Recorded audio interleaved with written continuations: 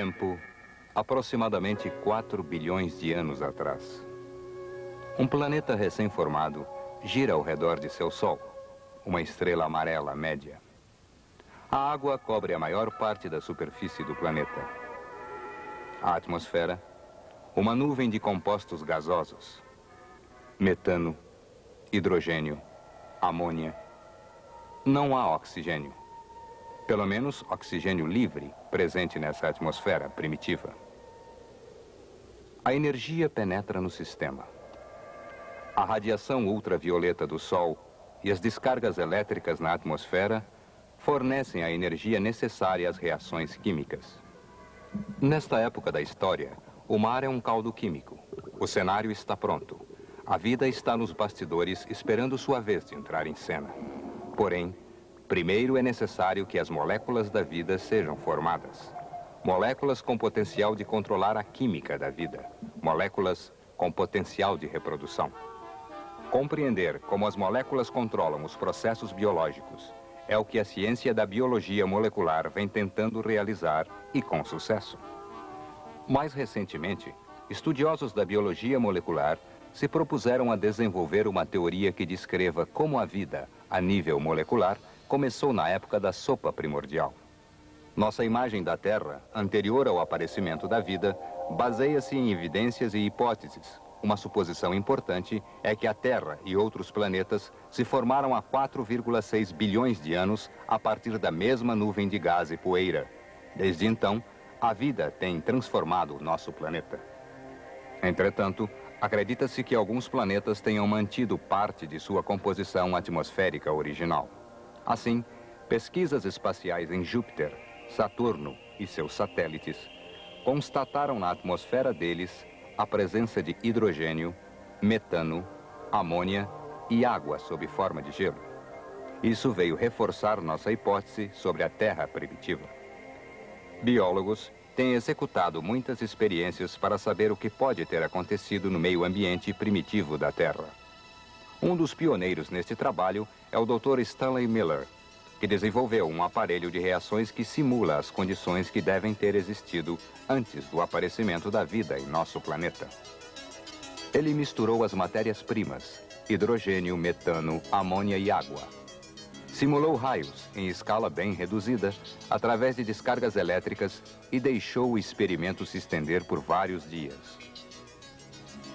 Os resultados foram surpreendentes. Vários tipos de compostos orgânicos foram obtidos, inclusive alguns que se pensava ocorrer apenas nos organismos vivos, como os aminoácidos, açúcares, ácidos graxos. Enfim, as unidades indispensáveis para a construção da vida. Através desses experimentos de simulação, podemos ter uma ideia de como as moléculas orgânicas devem ter se formado espontaneamente na Terra primitiva. Mas estas são apenas as bases da constituição. Pequenas unidades químicas que nos seres vivos encontram-se unidas, formando longas cadeias, as macromoléculas. Uma vez que as primeiras moléculas se acumularam na sopa primordial, como teriam elas se juntado para formar proteínas e outras macromoléculas? Uma das teorias diz que uma substância facilmente encontrada e que deve ter sido abundante no nosso planeta em sua fase primitiva, promoveu esse processo: a argila.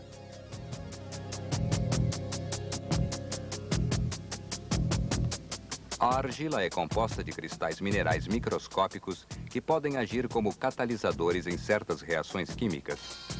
Teoricamente, moléculas base podem ter sido atraídas pela eletricidade estática dos cristais de argila.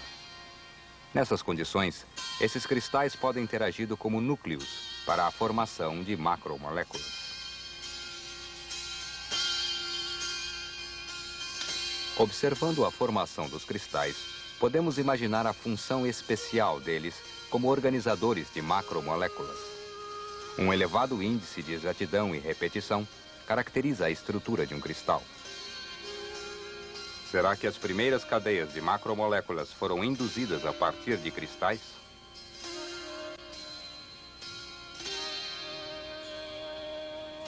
Há mais um fator a ser considerado na teoria da argila.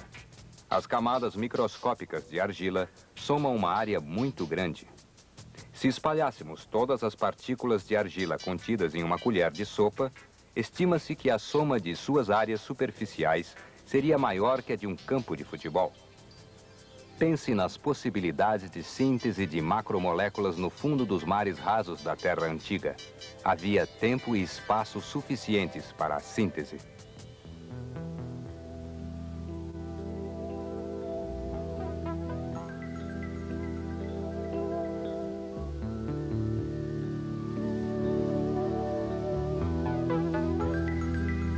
Entretanto, para exercer qualquer das funções vitais, as macromoléculas devem ser revestidas para que possam se associar e interagir. Atualmente, as células mais simples são envolvidas por membranas e parece provável que algum tipo de membrana fina tenha sido vital nos primórdios do desenvolvimento da vida. Essas estruturas de crescimento lento não são vivas. São simples membranas compostas de ácidos graxos, um tipo de molécula básica criada sob as condições primitivas da Terra. Como as membranas das células vivas, elas concentram moléculas, permitindo a entrada de certas substâncias enquanto mantêm outras fora.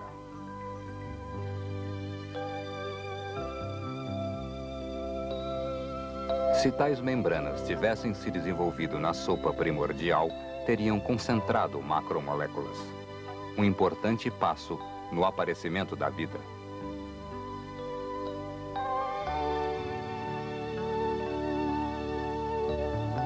Parece estar tudo pronto. Moléculas base surgem espontaneamente.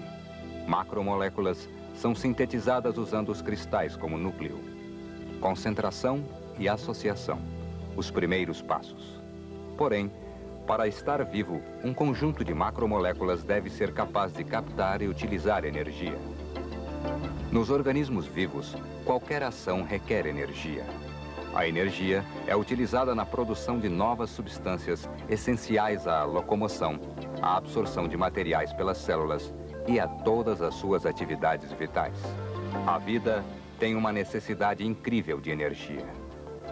Uma das importantes descobertas da biologia molecular foi que os seres vivos, dos micróbios aos mamíferos, utilizam para suas atividades vitais o mesmo tipo de moléculas ricas em energia.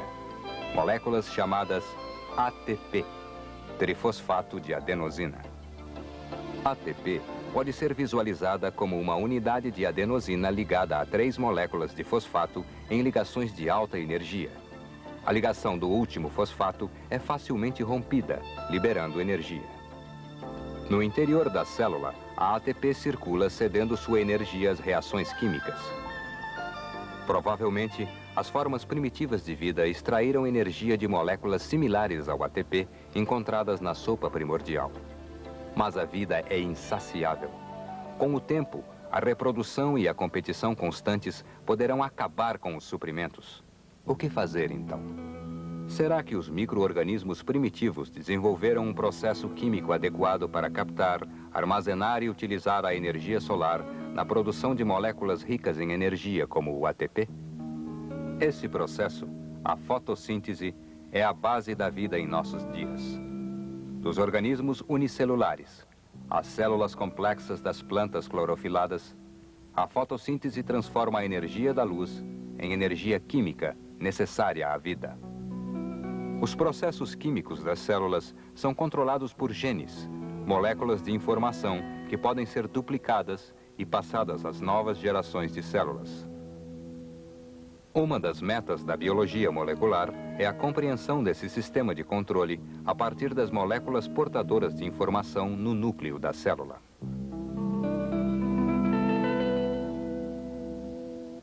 O precipitado cintilante que aparece em formação no fundo deste tubo de ensaio é DNA puro, a molécula-chave das informações. Este DNA foi extraído de núcleos da glândula timo de um bezerro. Aqui se encontram todas as informações genéticas de um animal premiado. Em princípio, o DNA funciona como uma gravação que contém as informações para a construção de macromoléculas. Assim como a fita, o DNA pode ser duplicado com precisão, assegurando que as gerações futuras recebam instruções genéticas corretas. Por exemplo, instruções para que um único óvulo fertilizado se desenvolva e venha a se tornar um ser humano saudável. Boa parte das informações codificadas no DNA regula a síntese de todas as moléculas proteicas, não só das mais conhecidas, como as dos músculos, tendões e cabelos, mas também das enzimas que catalisam as reações químicas associadas à vida. As enzimas trabalham em silêncio, participando da digestão, seja construindo novas substâncias, seja eliminando substâncias nocivas ao organismo. Quando, por exemplo, um arranhão é desinfetado com água oxigenada, uma enzima, a catalase, entra em ação. A catalase, produto do metabolismo celular, decompõe a água oxigenada. A enzima reage quimicamente com a água oxigenada, decompondo-a em água e oxigênio. A espumação observada é oxigênio sendo liberado na região, inibindo a formação de bactérias. Observando a ação da catalase, consideremos que cada uma das milhares de reações químicas inerentes à vida é catalisada por sua própria enzima.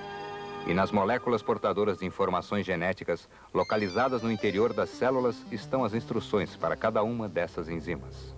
Porém, qual é a ligação? Como uma molécula portadora de informações como o DNA influencia a formação de proteína? Consideremos a hemoglobina, uma proteína encontrada nos glóbulos vermelhos do sangue, cuja função é o transporte de oxigênio. Um grupo de bioquímicos, trabalhando arduamente, conseguiu determinar a estrutura precisa dessa complexa molécula. Como todas as proteínas, a molécula de hemoglobina é formada por uma sequência de aminoácidos: valina, histidina, leucina, etc., num total de quase 600 unidades de aminoácidos. Transformar essas informações codificadas em uma proteína requer um mecanismo celular complexo. Porém, antes que esse processo possa se iniciar, a célula deve ter um bom suprimento de aminoácidos, matéria-prima indispensável às proteínas. Mas de onde elas vêm? Parte da resposta se encontra nos cloroplastos, encontrados nas células vegetais, os quais têm a capacidade de sintetizar aminoácidos a partir de certas matérias-primas. Quando um animal come uma planta, ingere proteínas vegetais, longas cadeias de aminoácidos prontas para serem transformadas em proteína animal. Protozoários ilustram esse processo a nível celular. Temos aqui um paramécio se alimentando de bactérias e digerindo-as em seus vacúolos digestivos, decompondo-as em seus elementos constituintes, gorduras em ácidos graxos, amidos em açúcares simples, proteínas em aminoácidos e etc. Todos esses produtos digeridos são absorvidos pela célula e utilizados para a produção de energia ou na reciclagem de novas macromoléculas.